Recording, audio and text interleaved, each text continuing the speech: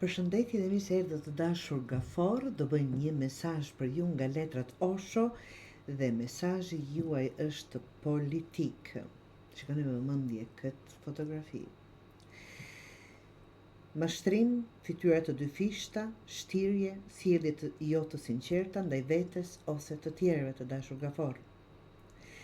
Një imazh, një person mban një mas të buzëqeshur, por pasaj fshihet një fytyrë shtrëmbëruar, mashtruese dhe gjarpritës varritën në duart e tij.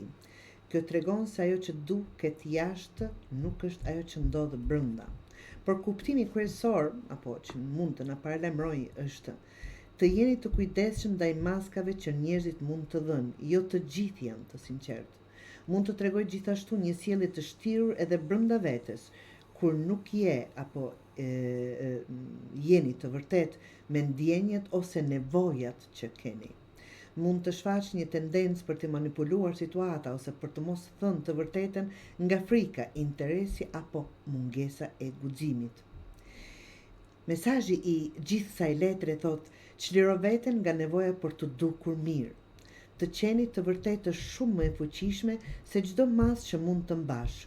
Kjo letër të fton të heqësh dorë nga shtirja dhe të zgjedhësh të jetosh me integritet, edhe nëse kjo do të thotë të jesh i pambrojtur përkohësisht.